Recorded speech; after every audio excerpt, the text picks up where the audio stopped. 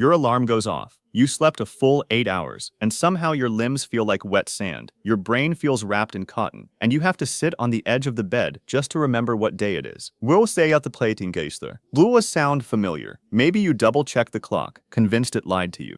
Maybe you blame the mattress, or the wine from last night, or just getting older. But here's the strange part. Your friend slept the exact same 8 hours and bounced out of bed sharp and clear. Dual same same number on the clock. Completely different outcome.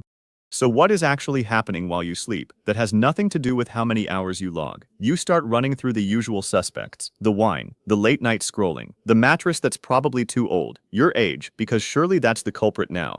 But none of it really adds up, because the math should be simple. 8 hours in, 8 hours in, and yet one person wakes up ready to move, and the other wakes up feeling like they're behind, before the day even starts. Wua stand up. The answer isn't about how long you slept.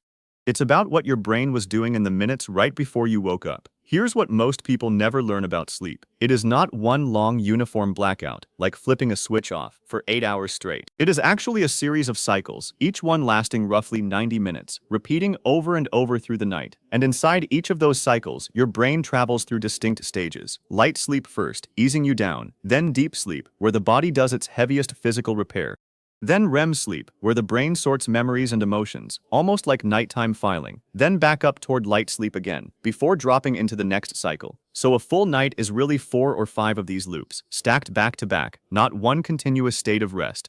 Now here is where it gets interesting. Imagine your alarm goes off, but instead of catching you in light sleep near the top of a cycle, it catches you in the middle of deep sleep. Your body is forced to wake up, but your brain is nowhere near ready. It is still down in the deepest part of its repair work, and suddenly it has to slam into full consciousness. That mismatch is what creates the drugged, heavy feeling. Your limbs feel like wet sand because, in a very real sense, part of your brain is still trying to finish a job it did not get to complete. This can take 20 minutes or more to fully shake off, and it explains why some mornings feel like wading through fog, even though the clock says you got plenty of sleep. But mid-cycle wake-ups from an alarm are just the obvious version of the problem. There is a quieter one happening most nights, and you never even notice it happening. Stress does not politely wait until morning to have its say. If your nervous system is running hot from a long day, a cortisol spike can occur in the middle of the night, and that spike can cut a sleep cycle short before it finishes its stages. You do not wake up gasping or checking the clock. You do not remember it in the morning.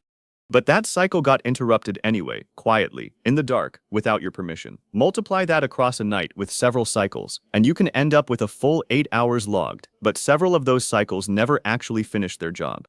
Your environment is doing something similar, just more mechanically. Temperature and light are not neutral background details. They are active editors of your sleep stages.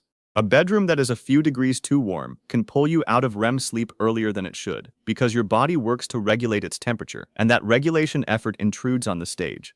A sliver of light sneaking through the blinds, or the glow from a hallway, can do the same thing, nudging your brain toward lighter sleep before that REM stage is finished. None of this wakes you up in any way you would remember. It just shaves time off the parts of the cycle responsible for the deepest recovery. Then there is the caffeine question, and this one surprises people the most.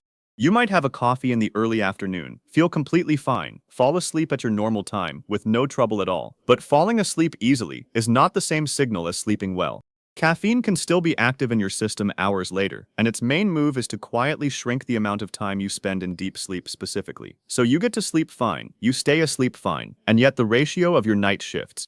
Less time in the repair-heavy stage, more time in lighter stages that do not do the same restorative work. The tracker on your wrist might report 8 hours, but the internal composition of that 8 hours has changed without you feeling a thing at the moment it happened.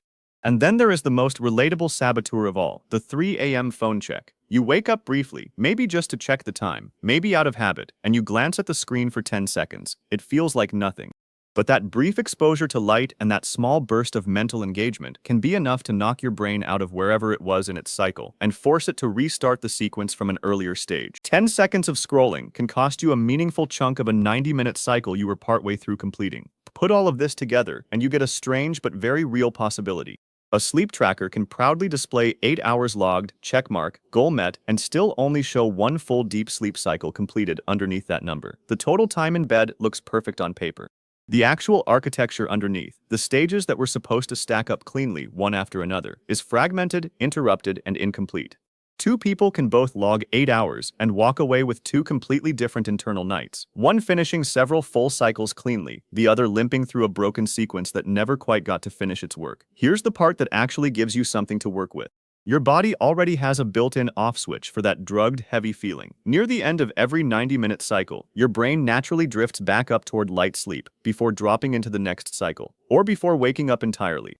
That boundary point is the easiest, gentlest place to exit. Waking up there feels almost like stepping off an escalator at the top. Waking up in the middle of deep sleep, by contrast, feels like being yanked off a moving one mid-step. Same staircase, completely different landing. That single difference in timing is likely the real explanation for why your friend sprang out of bed and you sat on the edge of yours trying to remember what day it was. So if timing is the actual lever, the fix is not to sleep longer. It is to sleep in a way that respects the length of the cycle itself. Since each cycle runs roughly 90 minutes, try thinking in blocks of that length rather than a flat 8-hour target. That often means something like 7.5 hours or 9 hours instead of exactly 8. It sounds like a small shift, almost too simple to matter, but the logic is straightforward. You are not adding effort or gear or tracking software. You are just nudging your wake-up time toward a spot where your brain is more likely to already be back in light sleep, instead of gambling on wherever the clock happens to land. And here is the reframe worth sitting with.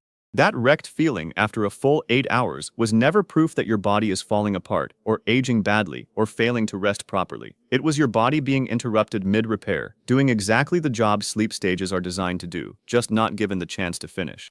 Grogginess is not a malfunction. It is closer to a half-finished sentence. The frustration was never really about effort or willpower. It was about hitting stop before the process was done. Try this over the next several nights, not as a rigid rule, but as an experiment in noticing. Pick a wake-up target based on 7.5 hours one night and 9 hours another. Pay attention to that first 60 seconds after your eyes open. Is there a difference in how your limbs feel picking up your body weight? Is there a difference in how quickly a coherent thought arrives versus how long the room stays foggy? You are not chasing a perfect number here. You are listening for a felt difference between a boundary wake-up and a mid-cycle one, using your own body as the instrument. So picture that moment again, the one from the very start. Alarm going off, limbs like wet sand, sitting on the edge of the bed, just trying to remember what day it is. It felt like a mystery back then, like your body was somehow broken or betraying you, despite doing everything right. But it was never a mystery. It was math. You were not short on sleep. You were short on finished cycles. The hours were there. The completion was not. That is the number actually worth paying attention to going forward, not hours logged, but cycles completed. Not how long you were lying there, but where your brain happened to be standing when the day came knocking.